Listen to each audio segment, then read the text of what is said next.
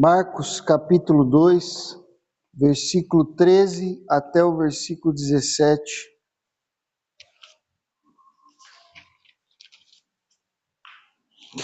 Estas são as palavras de Deus. E tornou a sair para o mar, e toda a multidão ia ter com ele, e ele os ensinava.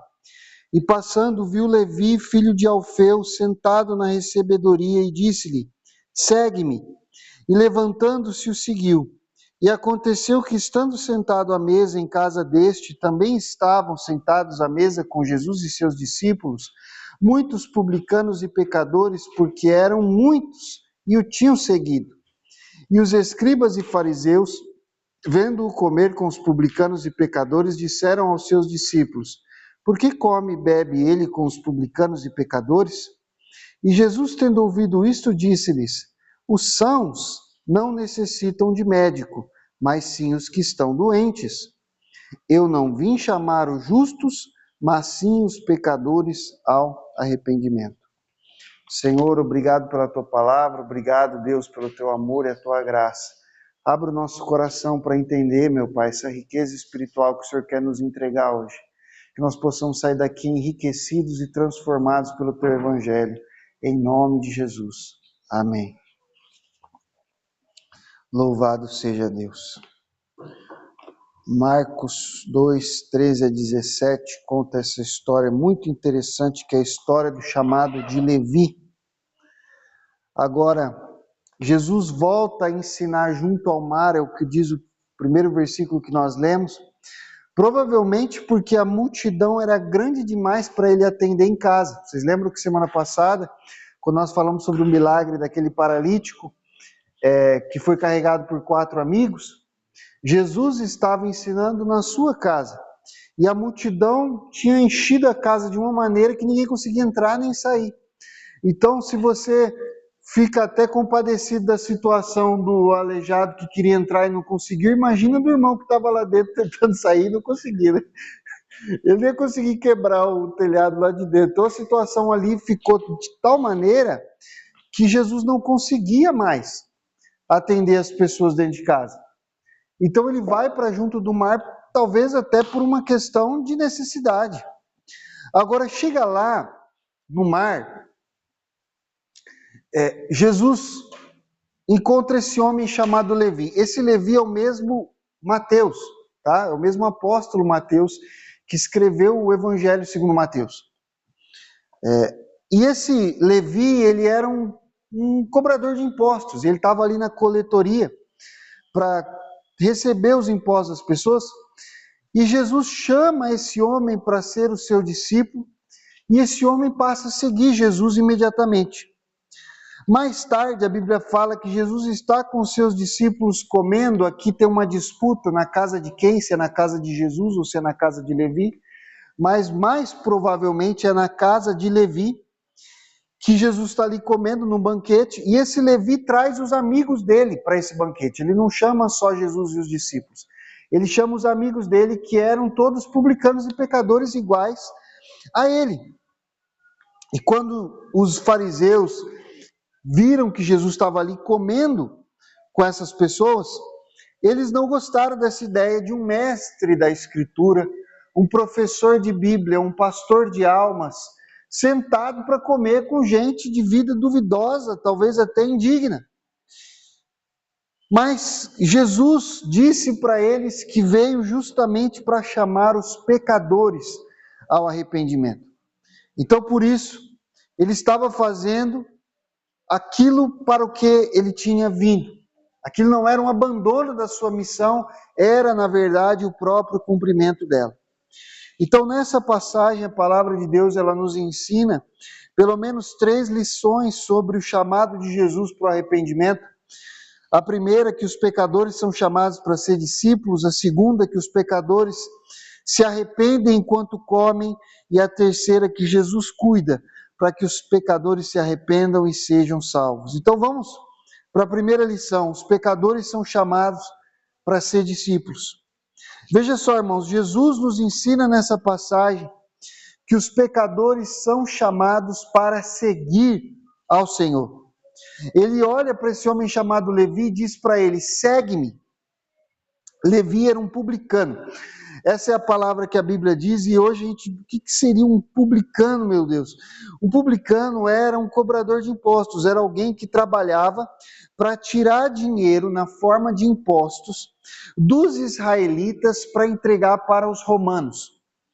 Agora, uma pessoa que trabalha para tirar dinheiro da gente já é complicado, ainda para tirar dinheiro da gente para dar para o inimigo, é pior ainda a situação, né? Então, só por esse motivo, os publicanos já seriam odiados e já seriam vistos, inclusive, como traidores do povo de Deus que colaboravam com o inimigo estrangeiro e opressor. Só que, além disso, eles também eram conhecidos não só por tirar dinheiro para entregar para os romanos, mas por tirar um pouquinho mais. Então eles não tiravam só a parte que os romanos queriam receber, eles tiravam um tantinho mais, e esse tantinho a mais eles colocavam dentro do bolso e se enriqueciam, aumentavam a própria renda, cobrando um pouquinho mais. Além disso, eles também estavam sempre em contato com gentios, e os gentios eles eram considerados imundos. Então, isso tornava eles sempre impuros, porque se você tocava numa pessoa imunda, você ficava imundo também. Então, esses publicanos, eles por várias razões não eram bem-vindos no templo, não eram bem-vindos a tocar nas coisas sagradas, e também não eram bem-vindos a entrar em contato com pessoas que estavam sempre se purificando, tentando se manter limpas para tocar nas coisas sagradas. Por quê? Porque eles eram imundos, eles eram desonestos e eles, por profissão, trabalhavam para o inimigo. Então, ninguém gostava deles, essa era a realidade, por alguns motivos bons. Alguns dos motivos para não gostar deles eram bons e outros eram nem tanto, mas havia motivos para não gostar deles.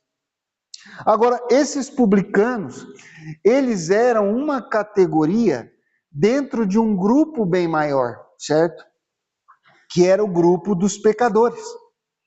Então, a palavra pecador, quando você lê ela aqui no Evangelho de Marcos, nem sempre na Bíblia uma palavra é usada com o mesmo sentido em todas as passagens, certo? Então, às vezes a palavra filho significa uma coisa e às vezes significa outra. Por exemplo, quando diz que Jesus era filho de Maria, isso significava que ele foi gerado dela por 9 meses ali no seu ventre.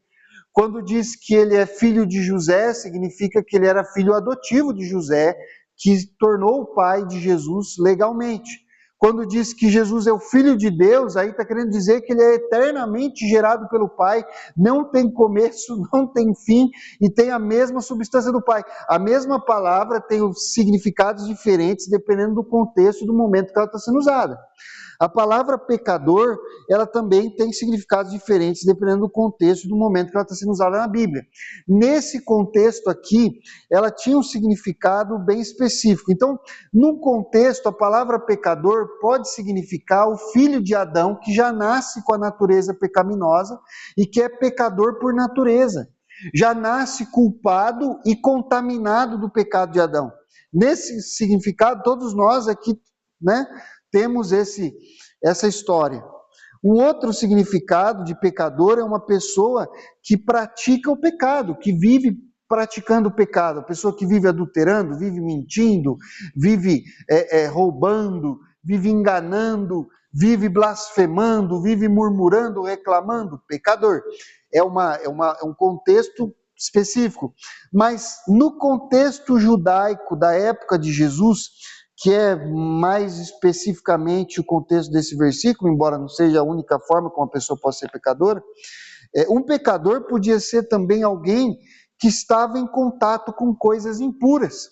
Então, se vocês já leram algumas passagens do Antigo Testamento, principalmente do Pentateuco e principalmente do livro de Levíticos, vocês viram essas passagens. Se uma pessoa tocasse numa carcaça morta, de um animal que fosse, ela ficava imunda. Aí ela tinha que passar por um ritual de purificação. Se uma mulher tivesse menstruação, ela ficava imunda, ela tinha que passar por um processo de purificação. Se um animal imundo, mesmo vivo, mas imundo, que são, por exemplo, os animais que a Maria não gosta, né? O sapo, ou a lagartixa, são animais imundos. Se eles tocassem, também ficava impuro. Então você tinha que passar por um ritual, que às vezes incluía tomar um banho, às vezes incluía mais do que um banho, às vezes incluía fazer um sacrifício, dependia da situação. Mas uma pessoa que vivia em contato com essas coisas impuras, ela era considerada pecadora porque ela era imunda. Ela estava em contato com essas coisas o tempo todo. Também você tinha a consideração de que uma pessoa era uma pecadora se ela não soubesse guardar todas as regras. E eu não estou falando só das regras bíblicas, até as regras da tradição dos fariseus. Porque os fariseus tinham aquelas regras que eles tiravam da Bíblia, que estavam lá mesmo, e tinham aquelas regras que eles davam uma enfeitada no pavão. E eles aumentavam um pouquinho a história e iam criando novas regras. Então, era um curso de faculdade, né, e bem difícil para você decorar todas as regras. Então você tinha que ser o mestre da lei para conseguir saber quais eram as regras, muito mais ainda para conseguir obedecer. Então, um pecador podia ser um adúltero, um ladrão, um mentiroso, certo? Nesse sentido, porque ele estaria desobedecendo uma regra da palavra de Deus, claro, ali um mandamento moral. Isto é, uma pessoa que transgredia as normas da lei de Deus, ou um pecador podia ser um pastor de ovelhas. Por quê? Porque um pastor de ovelhas dorme em qualquer lugar, e se ele estiver dormindo em cima de uma cova de alguém que morreu? E se ele, à noite, passar uma lagartixa em cima dele, ele não vê? Ele também era um pecador. Você está entendendo? A palavra pecador era usada tanto para o adúltero, para o ladrão, para o mentiroso, como para o pastor de ovelhas, para o curtidor de couro, né? Porque ele tinha que tocar na carcaça do animal para arrancar o couro, secar. Era uma carcaça morta. Ele era um pecador. Um cambista, porque o cambista troca dinheiro. Aí vem um gentil imundo com uma moeda imunda na mão, entrega para o cambista tem que pegar a moeda imunda. O que acontece com o cambista? Fica imundo. Então, uma pessoa que fosse um caixa, hoje em dia, vamos pensar assim, um caixa de supermercado era um pecador. Por quê? Porque ele pega no dinheiro. E o dinheiro vem imundo, uma pessoa imunda. Então a palavra pecador nesse contexto, ela era muito ampla. Ela significava tanto pessoas que você consideraria honestas, mas que tinham trabalhos que colocavam ela em contato com coisas possivelmente impuras, quanto pessoas realmente desonestas e más, ladrões, assassinos, pessoas realmente ruins. Todas estavam dentro da categoria pecador. Porque você, para não ser pecador, não era só não cometer pecados morais. Você para não ser pecador, tinha que se manter limpo, cerimonialmente limpo, para poder entrar em contato com as coisas de Deus, para entrar no templo, no solo sagrado, para oferecer um animal. Como é que você vai oferecer um animal em sacrifício se você é impuro e você vem com a sua mão suja contaminando o animal? Você está entendendo a situação? Então, essa era a realidade. Agora, Jesus, como um mestre da palavra, tinha de sempre se manter puro e preparado para tocar nas coisas sagradas, correto? Ele era um mestre das Escrituras, então ele tinha que estar puro, para ele poder tocar e participar dos rituais sagrados da palavra de Deus. Mas Jesus não tem medo de entrar em contato com pecadores. Ele chama um publicano para ser o discípulo dele. O publicano era um cara que pegava dinheiro de gente impura. Também era um cara que, além de pegar dinheiro impuro, era um desonesto e trabalhava para os traidores, para os inimigos. E Jesus chama ele para ser seu discípulo. E Jesus não tem medo de tocá-lo. Jesus não tem medo de entrar em contato com ele. Jesus não está preocupado de que ele, de alguma forma, fosse contaminar Jesus.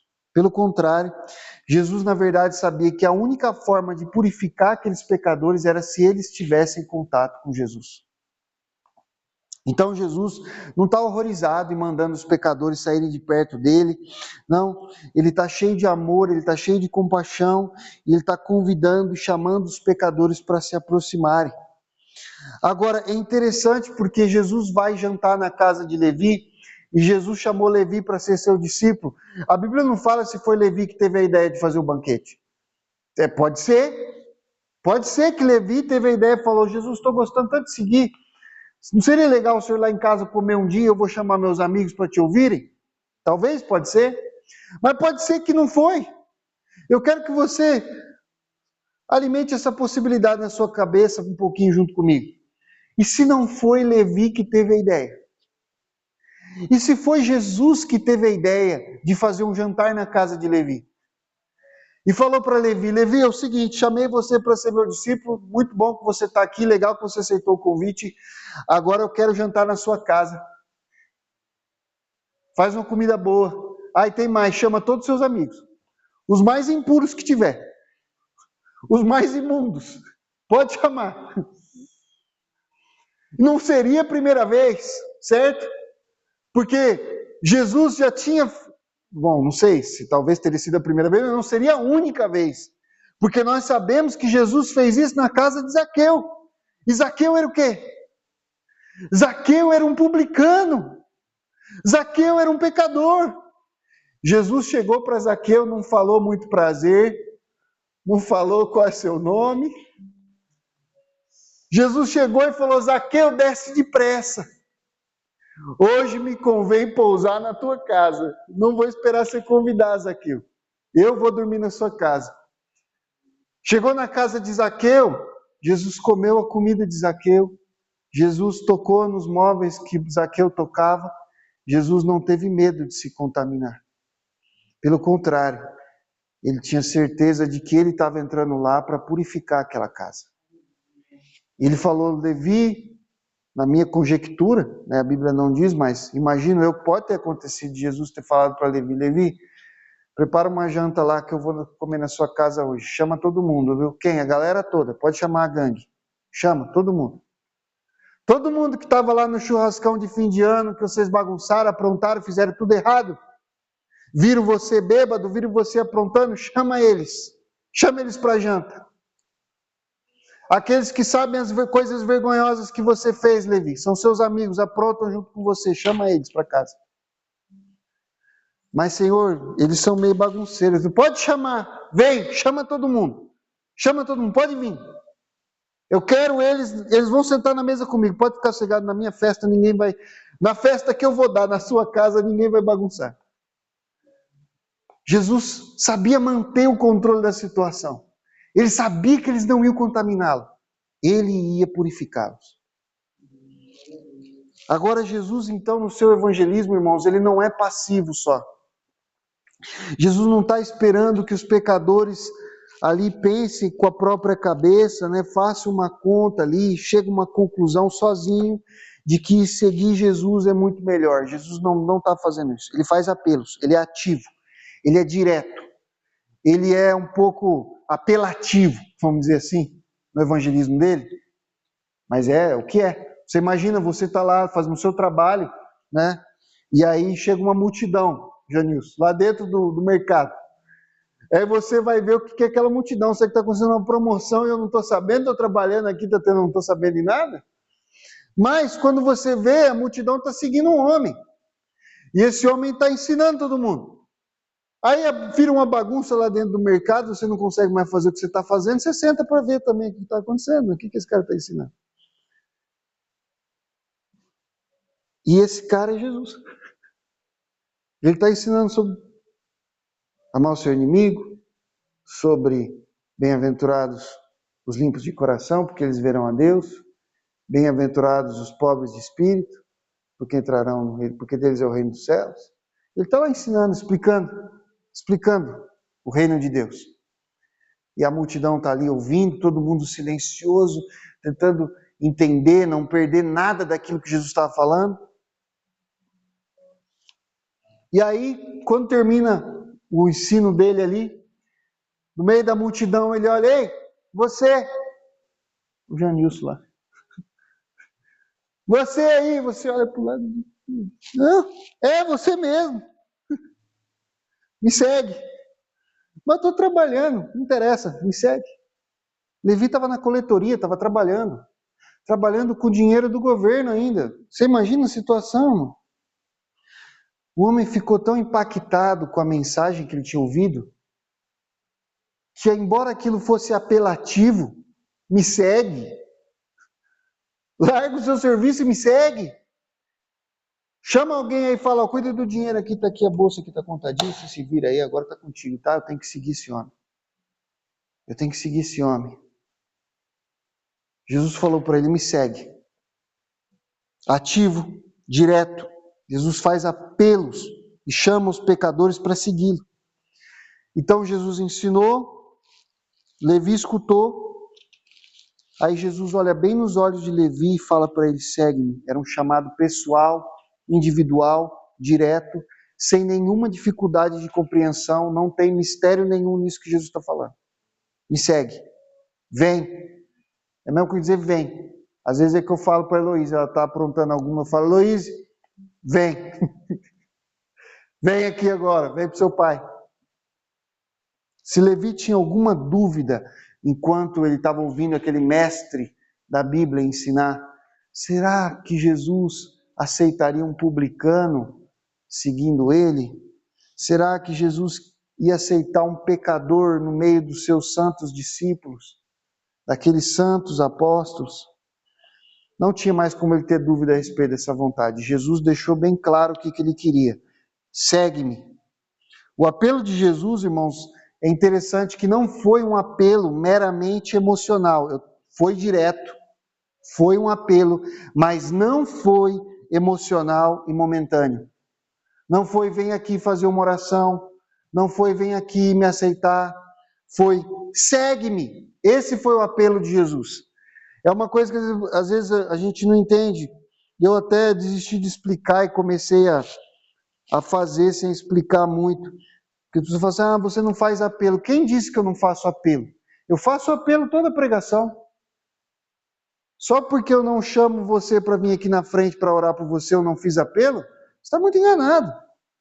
Quando eu falo para você se arrependa, quando eu falo para você siga Cristo, quando eu falo para você ande no caminho do Evangelho, quando eu falo para você abandone esse pecado, isso é um apelo. Só não é um apelo emocional e momentâneo. É um apelo permanente. É um apelo de compromisso de vida. Jesus não fez um apelo para Levi. Levi, vem aqui, vamos fazer uma oração. Quem quer me aceitar? O apelo de Jesus para Levi foi, segue-me. Larga tudo que você está fazendo, agora você vai entrar comigo num caminho e você vai me seguir para onde eu for. Para onde que o senhor vai? Confia.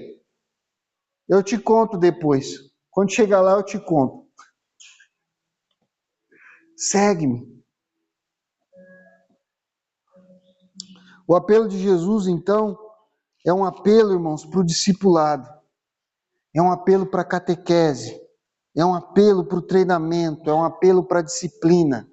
É um apelo para a experiência diária, permanente e perpétua. Porque isso é a verdadeira catequese. Isso é o verdadeiro discipulado. O verdadeiro discipulado não é um curso. O verdadeiro discipulado não é matérias e lições. O verdadeiro discipulado é uma vida que vai sendo disciplinada para a glória de Deus.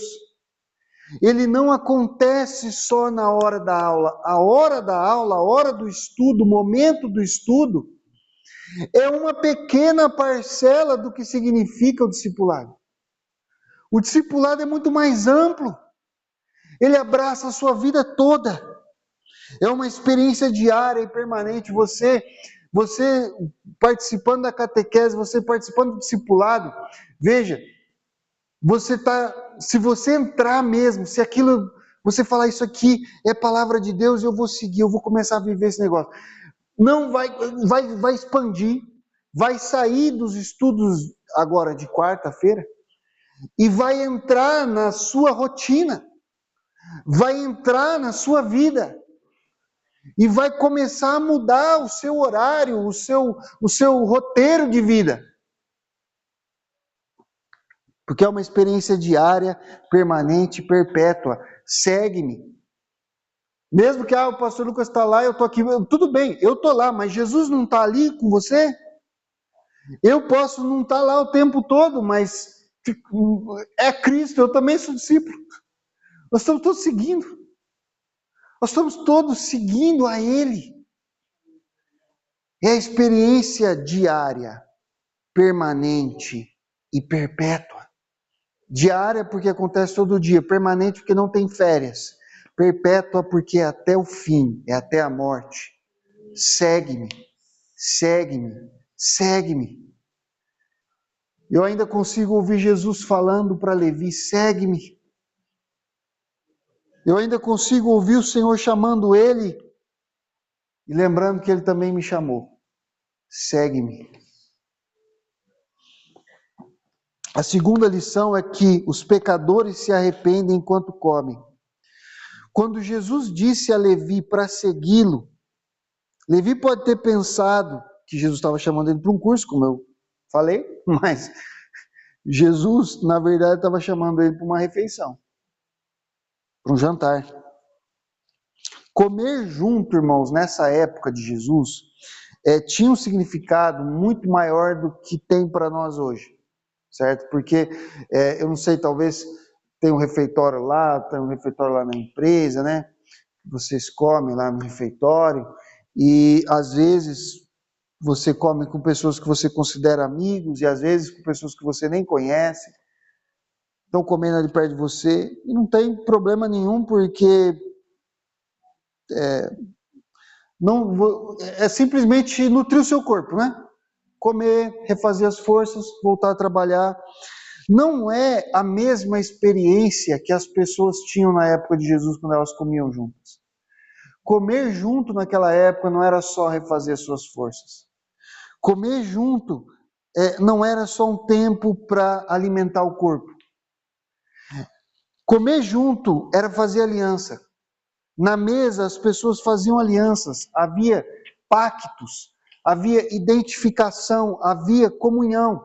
É por isso que lá no Antigo Testamento você lê quando Deus aparece para Abraão, para fazer para ele renovar a aliança e prometer para ele, olha, ano que vem, Isaac está aí, viu? Sara vai engravidar, vai ter um filho, você vai chamar ele de Isaac. O que é que Abraão faz? Comida. Comida. Por quê? Porque é assim que se faz alianças. Alianças se faz com comida. Hoje em dia a gente pensa em aliança com papel, né, e caneta. Faz uma aliança como? Assina um papel. Naquela época, como é que assinava uma aliança? Come junto. Senta na mesa, eu pego um pedaço da comida, você pega um pedaço da comida, nós comemos juntos, nós somos irmãos, nós estamos em aliança. Isso entre homens, né? É claro que entre Deus nós somos filhos. Nós recebemos dele. Ele é que nos dá. Mas Abraão trouxe comida. Quando Jesus estabeleceu a Santa Ceia do Senhor como um sacramento perpétuo para nos dar perdão de pecados e comunhão com Cristo, o que é que Jesus traz? Pão e vinho para comer e beber. A ceia é uma aliança, e alianças se fazem como? Comendo e bebendo. É por isso que, por exemplo, Paulo fala na igreja que quando alguém não se arrepende, se diz cristão, está vivendo em pecado, não demonstra arrependimento, isso chega ao conhecimento da igreja, o que é que os irmãos têm que fazer? Nem com ele comais. Por quê? Porque se você comer, você está dizendo que você participa com ele daquilo que ele está vivendo. Agora, a refeição, então, irmãos, ela tem um significado na Bíblia muito mais importante do que só a hora de comer.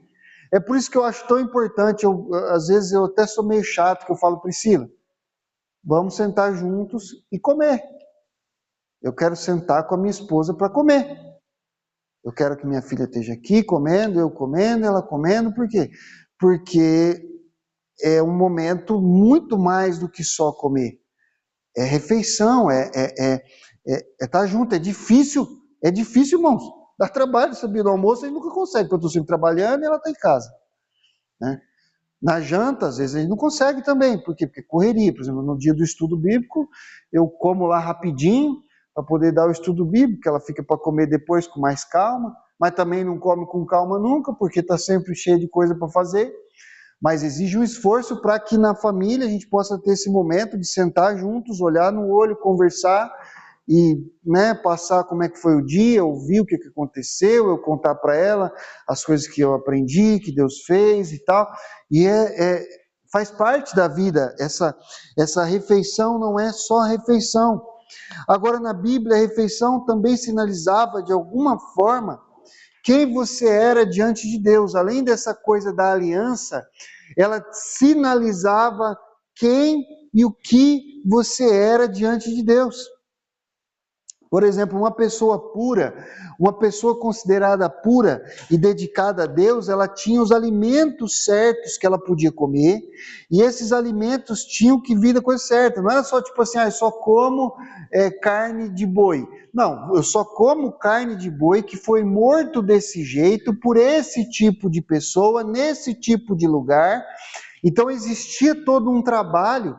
Até minha mãe, ela trabalhou um tempo num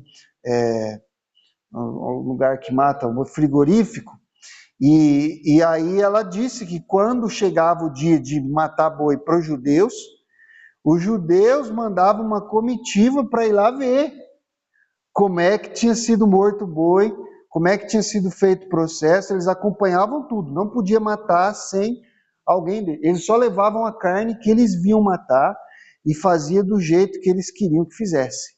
Porque para manter essa pureza, então uma pessoa pura, ela só comia um certo tipo de comida, de um certo tipo de jeito, também tinha que ser cozinhado de um certo jeito, que talvez era mais do jeito que a Priscila gosta de comer, né?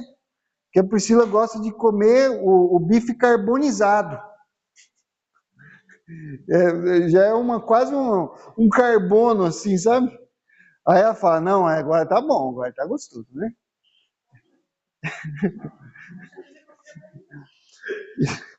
Agora, os pecadores, irmãos, os pecadores, aquela classe de pessoas que a gente viu, não, eles comiam qualquer coisa.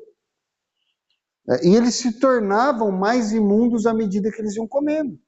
Porque eles comiam aqui um pedaço de carneiro, que era uma carne pura, mas ali eles também comiam um pedaço de rã, que era uma carne impura, e ali eles comiam um pedaço de porco, não, lombinho, gostoso, a gordurinha derretida, eles comiam, mas era imunda, mas comiam. E conforme eles iam comendo, na mesa eles revelavam o quão pecadores eles eram, quão imundos e impuros eles eram, e ao mesmo tempo eles aumentavam a sua impureza. Então a refeição revelava o tipo de pessoa que alguém era. Quando Jesus convida esses publicanos e pecadores para se sentar à mesa junto com os seus discípulos, aquela comida que eles iam comer naquela refeição não era só uma desculpa, irmãos, para uma conversa. Aquilo ia ser uma experiência purificadora na vida daqueles pecadores. Porque pela primeira vez, talvez, na vida de alguns deles, eles iam experimentar o que era uma refeição pura. Eles iam comer com pessoas puras, numa mesa pura, uma comida pura. E mais, Jesus ia fazer algo com eles iam ser purificados ali. Então aquela mesa, ela era uma experiência mais do que comida. Ela era uma experiência espiritual que ia transformar a vida deles. Eles não sabiam o que era uma refeição pura, até aquele dia em que Jesus se sentou com eles à mesa e mostrou para eles o que era uma comida de verdade. Eles não sabiam. Naquela refeição, eles não só comeram, eles ouviram a palavra de Deus e eles se levantaram daquela mesa não só com seu corpo alimentado, mas a sua alma também estava alimentada naquele dia. Eles foram alimentados por uma comida espiritual. Então, o que aconteceu aqui foi que Jesus usou a refeição como método de evangelismo e de transformação da vida dos pecadores.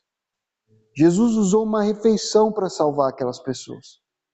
Não era o único método que Jesus usava, ok? Não era. Jesus fazia um monte de coisa. Jesus evangelizava na boca do poço, Jesus evangelizava na praça, Jesus evangelizava na sinagoga, Jesus evangelizava no caminho. Jesus usava todo tipo de estratégia ou tática que você puder imaginar para evangelizar. Mas veja, ele também usava a refeição.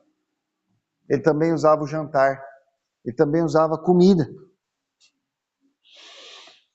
Agora nós precisamos, irmãos, restaurar esse método evangelístico na vida da igreja. Porque existem muitas formas de evangelizar e todas que forem legítimas, todas que não envolverem alguma coisa estranha demais, né, ou alguma coisa meio pecaminosa, existe um namoro evangelístico. Já ouviu falar desse aí? A pessoa namora uma pessoa descrente tal para evangelizar. Não é bom, tá? Não, aos solteiros aqui já aviso vocês, essa estratégia não funciona. Para começar, 99% das vezes é o contrário que acontece. E é pecado, é contrário à palavra de Deus. A Bíblia fala que crente é com crente, né? Então, não tem namoro evangelístico, não entra nessa. Agora, tem outra estratégia. Você pode entregar um folheto, você pode pregar na praça com um megafone, você pode fazer 1 milhão de coisas, culto ao ar livre, você pode fazer atividade com crianças. Todas essas estratégias são válidas, são boas, não tem por que dizer que está errado, mas por que a gente nunca faz essa? Por que a gente nunca usa essa que Jesus usou? Por que a gente nunca chama alguém que a gente sabe que não é cristão, de propósito, para comer com a gente na nossa casa, e com intencionalidade de evangelizar essa pessoa durante a refeição? E fazer com que aquela refeição seja uma experiência transformadora e purificadora na vida dela. Por que a gente nunca faz isso? Nós temos que restaurar isso. Jesus fazia isso. Aliás, ele tanto fazia que ele não só fazia na casa dele, ele fazia até na casa dos outros. Até um dia, chegava na casa de alguém, você imagina, olha, vou jantar na sua casa, e chama os seus amigos pecadores aí, que eu quero conversa com eles. Glorioso, lindo. Por muito tempo, irmão, nós temos tido a Jocum. Quem já ouviu falar da Jocum? Jovens com uma missão, não é? Nem sou muito fã, não, vou ser bem honesto, tá? Mas eu acho que a gente precisa agora de Jacum. Jantar com uma missão. E se a gente começasse a aplicar isso? E se a gente começasse, enquanto eu estava preparando essa mensagem, Deus foi tocando tanto no meu coração, eu falei com a Pri, pensa nos nomes aí, vamos chamar para comer em casa. Pessoas que eu chamo para a igreja e não vêm, Jesus, mas se eu chamar para jantar, vão vir. Se eu chamar para comer na minha casa, eles vêm. E aí eu vou pegar eles. Falar para a Pri, serve a comida fervendo, que eles têm que esperar até esfriar. Porque nós precisamos aprender com Jesus alguma coisa. Nós precisamos de Jacum, irmãos. A hospitalidade com intencionalidade precisa ser praticada na vida da igreja. São 3 textos. 3 textos. Presta atenção para você decorar isso aqui. Trazer os pecadores, trazer a comida e trazer o assunto.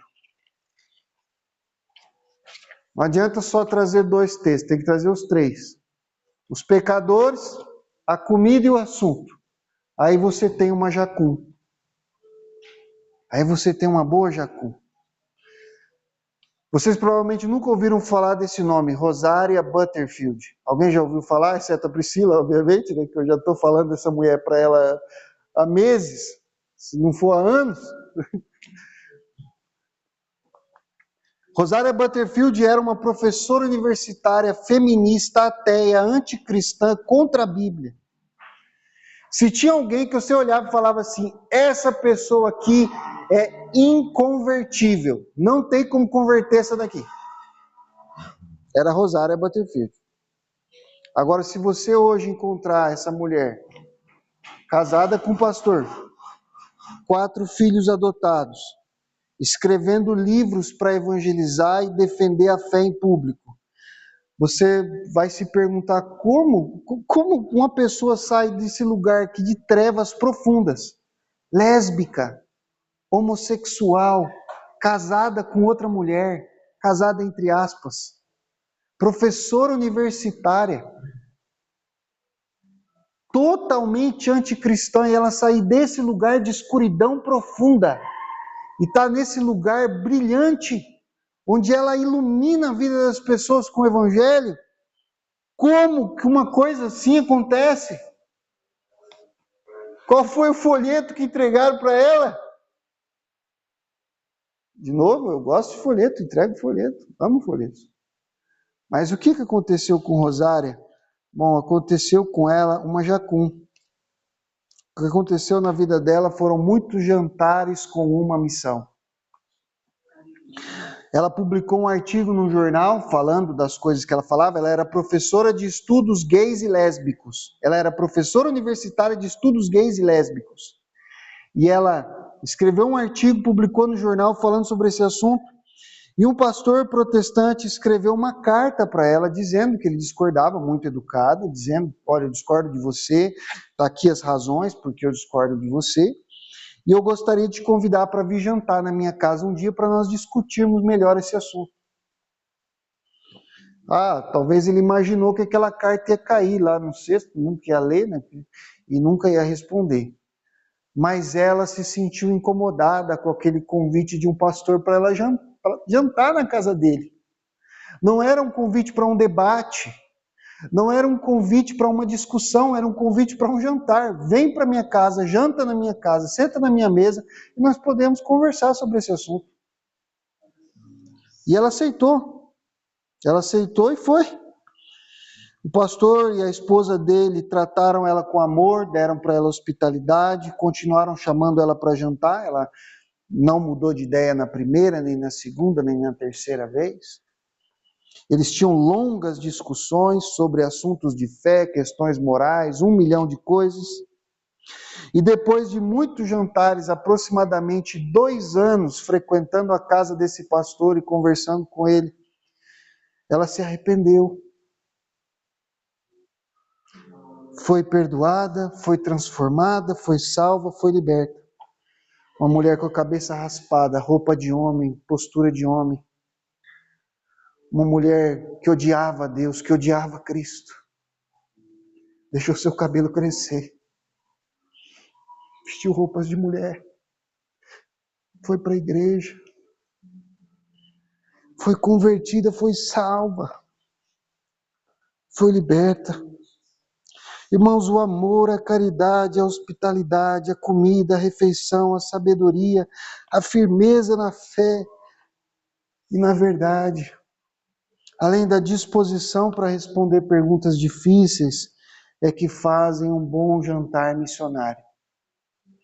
Eu quero desafiar você, meu irmão, a fazer uma lista de pessoas que você sabe que estão fora do Evangelho, que estão fora da palavra.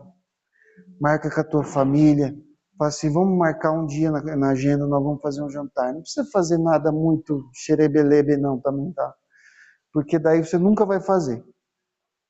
Se fizer muito xerebelebe, não faz. Faz uma coisa simples.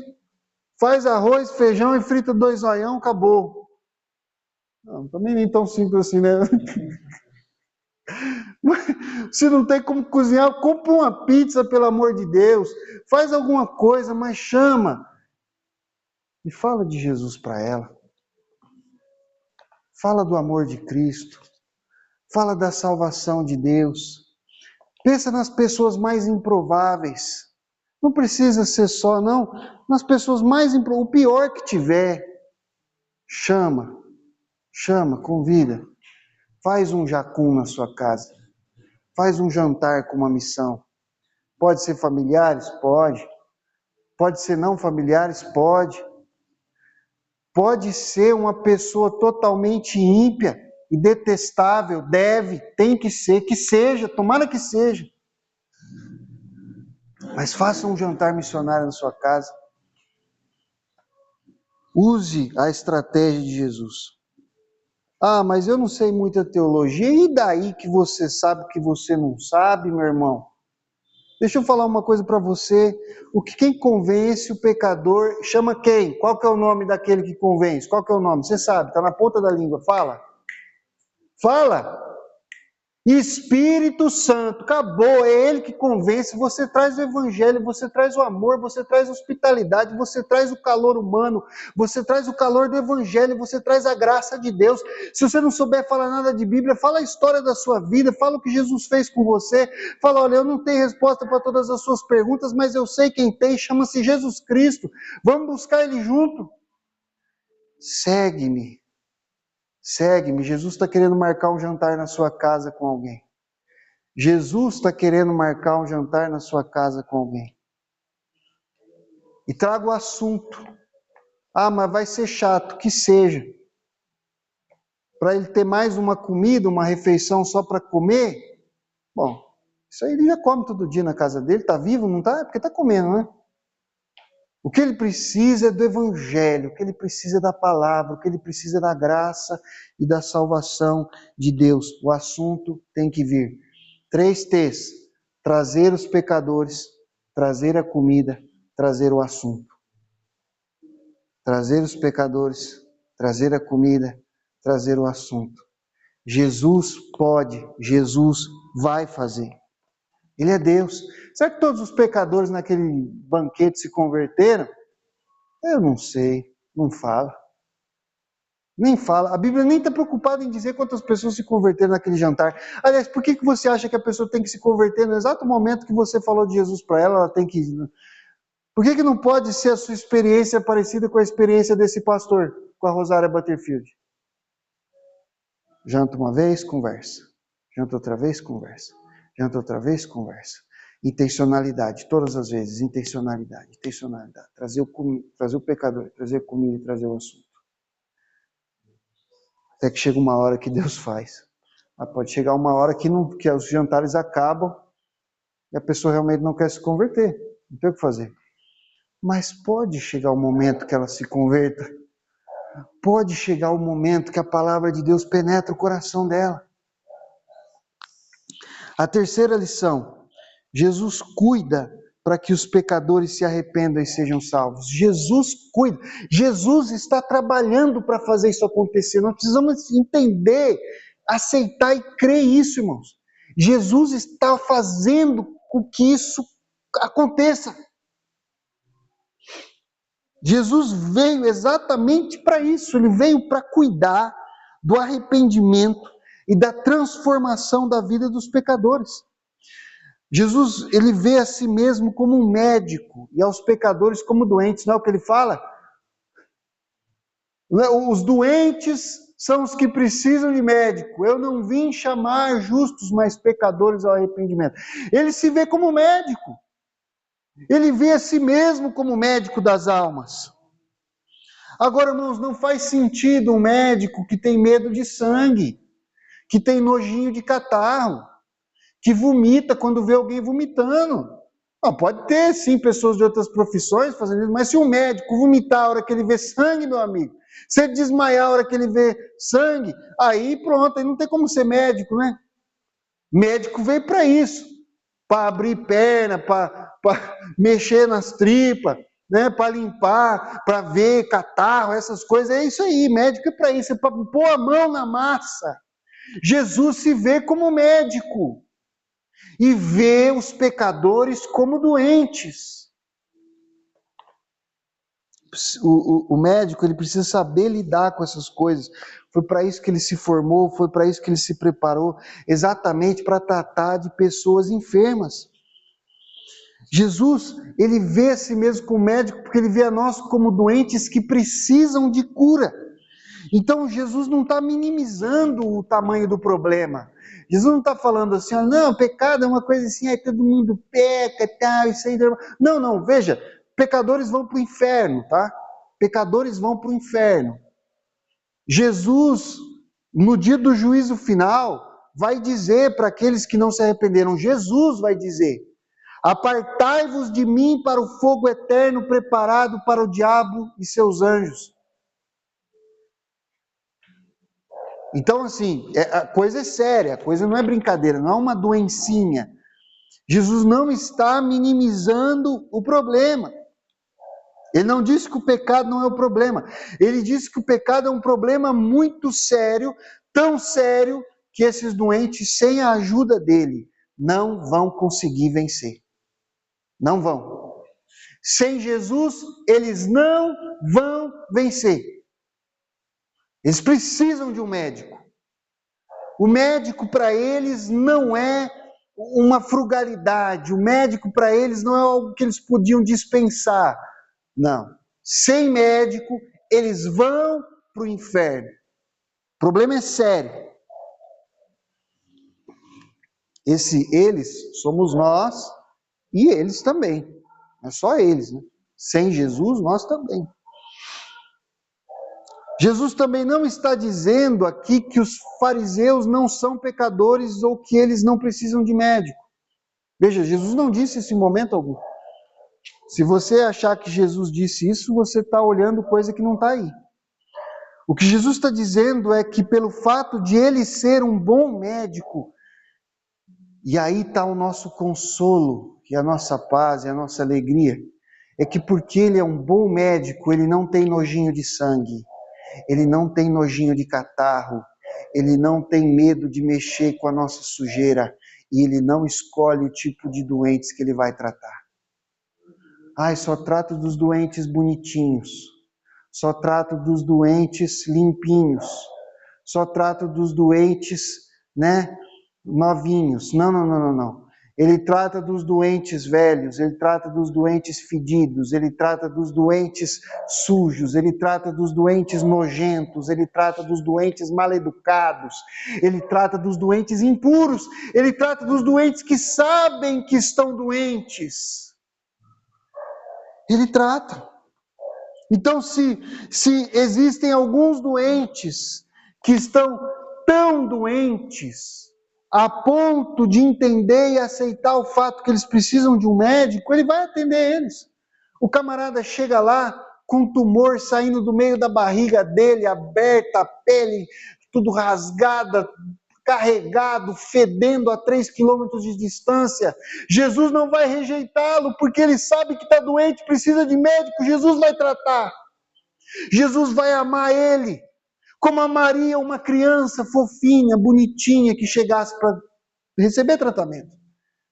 Ele é um bom médico. Ele trata das pessoas doentes.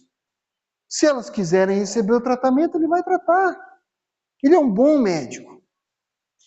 Agora, se outros doentes não são capazes de perceber a sua própria incapacidade de vencer a enfermidade, e não se veem como doentes, porque tem esses doentes também, não tem? Às vezes até na nossa família, eu estou falando até de doença física, tem aquele cara que você olha para ele e você fala, está morrendo. Se levantar a mão, sobe. Mas não vai no médico de jeito nenhum. Não tem esse. Sempre tem um desse na família. Se não tiver numa maca, ele não vai para o hospital. Tem uns desses. Pois é, espiritualmente também tem. Também tem espiritualmente uns desses. Você olha para ele e fala assim, olha, se olhar para baixo demais, cai, vai para o inferno. E tão espiritualmente sujo, destruído, a vida detonada que está. É uma coisa assim absurda. Mas não consegue, ele está certo, ele é justo, todo mundo está errado, não tem problema nenhum. A culpa é dos outros. Ele está certo. Sempre tem um desses. Jesus não vai deixar de tratar daqueles que querem receber tratamento por causa daqueles que acham que não precisa de médico. É isso que Jesus está falando. O fariseu é esse cara que precisa de médico e não sabe, não acha, não acredita, não percebe. Jesus não está falando que ele é justo, que ele não precisa de médico. Jesus está falando que ele não aceita o tratamento. Mas esses publicanos e pecadores aceitam. Por isso que Jesus falou assim, olha, prostitutas, pecadores, publicanos e gentios vão entrar no reino dos céus e vocês vão ficar do lado de fora chupando o dedo. Porque chegou a hora de vocês não aceitaram, vocês não viram. Então, irmãos, existe a pessoa que precisa, mas não aceita. E existe a pessoa que precisa e aceita. E Jesus vai tratar. Pode vir com a pior doença que for, ele não vai deixar de tratar de ninguém. Então Jesus é o médico capaz de curar, e Jesus é o Deus capaz de perdoar. A gente já viu semana passada. E o remédio que ele veio trazer, como é que ele trata os pecadores? Ele trata com arrependimento e com fé. O remédio de Jesus é o arrependimento e a fé. Se você se arrepender dos seus pecados e crer em Jesus Cristo, que Deus o ressuscitou dos mortos, você vai ser salvo. É a promessa dele, não vai falhar. Ele vai perdoar mesmo. Ele realmente perdoa. Ele conta cada história, pelo amor de Deus, irmão, ele conta cada história de perdão. Um filho que pede a herança do pai vivo e vai gastar com prostituta na imundícia, torra tudo até ficar com fome, querendo comer bolota de porco. Aí volta com o rabinho entre as pernas para o pai. E Jesus não fala assim, o pai olhou para ele e falou, tá vendo? Eu não te avisei? Falei para você que você ia se dar mal. É verdade, ele podia dizer, falei para você que você ia se dar mal, falei para você, não foi isso que eu te ensinei, olha agora o que você é, um tratador de porco, comedor de bolota. Não. O que é que Jesus fala? O pai abraça o filho, dá um banho nele, põe uma capa nova, põe um anel no dedo dele, manda matar o bezerro cevado, faz uma festa.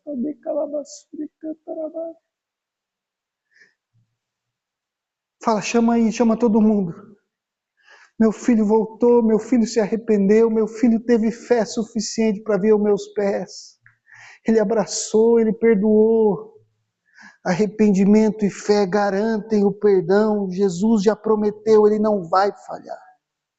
Mas só aqueles que aceitam que estão doentes é que podem tomar esse remédio.